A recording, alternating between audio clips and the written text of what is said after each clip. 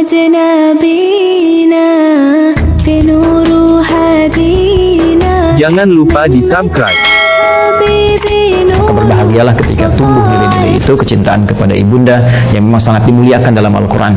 Ya, seorang ibu Masya Allah berapa kali mendapatkan keutamaan dalam Al-Quran. Ya, seperti di Quran surah ke-31 misalnya di ayat ke-14, Quran surah ke-46 di ayat ke-15, bagaimana Allah melukiskan perjuangan seorang ibu sampai kita harus berbakti maksimal kepadanya, kan, sampai nanti puncaknya di Quran surah ke-17 ayat 23 ketika Allah menetapkan kita harus berbakti kepada Allah, setelah itu meletakkan bakti kepada kedua orang tua setelah pengabdian kita dan penghambaan kita kepada Allah Subhanahu wa taala. Dan diutamakan lagi ibu disebutkan 3 kali dalam hadis Nabi sallallahu alaihi wasallam ketika ada seorang sahabat bertanya, "Man abar?" kepada siapa saya mesti berbuat baik?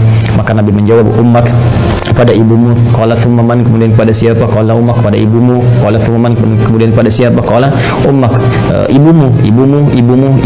Baru kemudian yang keempat disebut abak. Ya, bukan berarti dalam konteks ini ayah misalnya tidak punya prioritas, tidak, tapi ini ingin menunjukkan bagaimana keutamaan seorang ibu yang memiliki keistimewaan di hadapan Allah dan Rasulnya. Pun demikian ayah pun nanti punya keutamaan dalam konteks yang terpisah. Dari sini Nabi memberikan bagaimana isyarat kepada para sahabat, ya ridwanullah alaihim jami'an, untuk berbakti kepada ibundanya. Ya, dalam keadaan hidup misalnya, kalau Anda buka kitab Al-Adabul Mufrad karya Al-Imam Al-Bukhari, dikisahkan bagaimana seorang yang berjuang sudah berangkat ke medan jihad, dilaporkan oleh kawannya, ya ibunya sedang menangis. Ya, karena belum bisa melepas kepergiannya pada saat itu, belum ketemu chemistry-nya. Ya, maka Nabi memanggil kemudian si anak muda ini, yang dipanggil oleh Nabi, maka Nabi katakan kepadanya, "Idhab, ya irji' ila ummik," bermakna pergilah kembali, pulang kepada ibumu, buat dia tertawa sebagaimana engkau telah membuatnya menangis. Ya, buat dia tertawa sebagaimana engkau telah membuatnya menangis. Ini para ulama mengomentari bagaimana kedudukan seorang ibu sampai jihad berbakti kepadanya dalam keadaan hidupnya, membahagiakannya, memuliakannya, ya itu diutamakan bahkan melebihi jihad dalam medan perang jika ada kemudian hal-hal yang menuntutnya secara syar'i. Al-Imam Ali bin Abi Thalib karramallahu wajhah, ya, mengomentari statement Nabi sallallahu alaihi wasallam ketika menyebutkan 3 kali ummak, ibumu.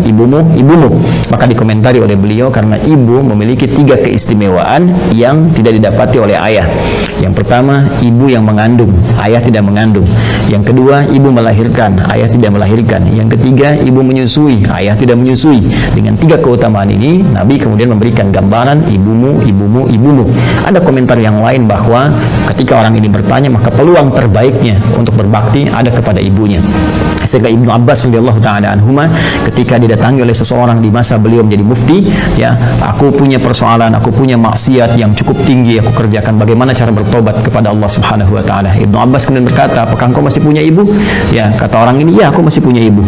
Maka kata Ibnu Abbas radhiyallahu ta'ala anhuma, "Pergilah engkau pulang, ya, kemudian layani ibumu, bahagiakan ibumu, ya, dan berbuat baiklah kepada ibumu." Orang ini bertanya, "Kenapa engkau berfatwa demikian?" Kan dia tidak menyuruh misalnya saya maksimalkan salatnya, maksimalkan misalnya sedekahnya, tapi yang diutamakan ke ibu. Karena kata Ibnu Abbas radhiyallahu ta'ala anhuma, "Saya tidak melihat yang lebih utama untukmu saat ini kecuali yang itu." Inilah bagaimana kejeniusan Ibnu Abbas radhiyallahu ta'ala anhuma, karena memang dalam narasi-narasi ayat-ayat Al-Quran firman Allah Subhanahu wa ta'ala, kedudukan membahagiakan berbakti kepada ibunda itu langsung ditempatkan oleh Allah Subhanahu wa ta'ala setelah penghambaan kita kepada Allah. Wa qadha rabbuka alla ta'budu illa iyyah wa bil walidaini ihsana. Kepada kedua orang tua kita wajib berbuat baik, ditempatkan setelah penghambaan kepada Allah. Dan di antara kedua orang tua ini, ibu menempati posisi yang sangat tinggi. Wassaynal insana biwalidayhi hamalathu ummuh. Jadi ketika 2 ini disebutkan, kata Allah di Quran surah 31 di ayat ke-14, dan kami wasiatkan kepada ke seluruh anak-anak itu untuk berbakti kepada kedua orang tuanya. Siapa di antara mereka kalau mau didahulukan? Ya hamalathu ummuh. Maka prioritaskan ibumu dulu, kan? Ayah juga kita hormati, ya, kita istimewakan, tapi ibu di sini dalam konteks kita ada pertanyaan, ibu mendapatkan kedudukan yang sangat luar biasa. Demikian di Quran surah ke-46 ayat 15. Nah, ini yang paling menarik dalam konteks kehidupan. Allah, Rasulullah SAW meminta kita memaksimalkan. Orang banyak berbuat baik, tapi tidak sedikit orang-orang yang bisa memaksimalkan itu setelah ibunya wafat. Dan Anda termasuk yang dianugerahi oleh Allah Subhanahu wa taala kemampuan, keinginan dan azam untuk berbuat baik ibu walaupun telah wafat. Maka berbahagialah.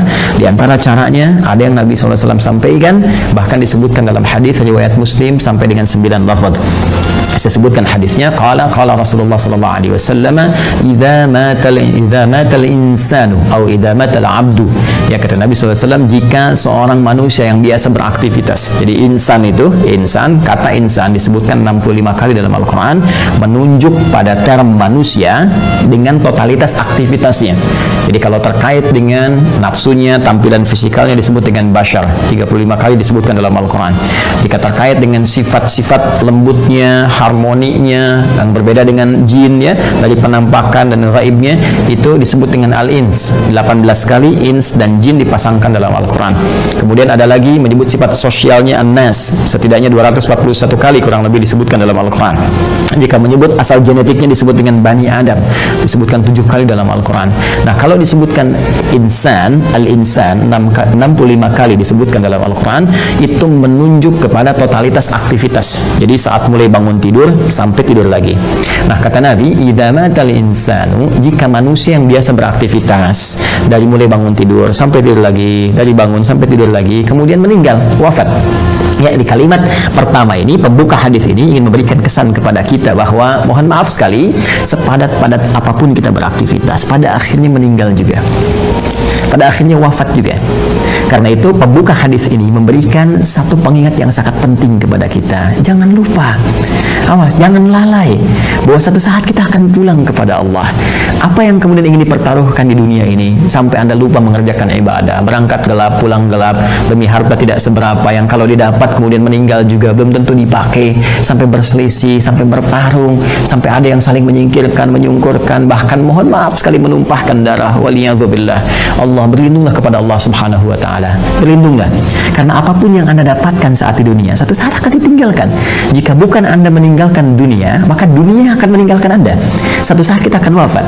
Dan bila seorang manusia telah wafat yang biasanya beraktivitas, ya, in qata'a sa'iru amalih, maka akan terputuslah semua aktivitasnya itu.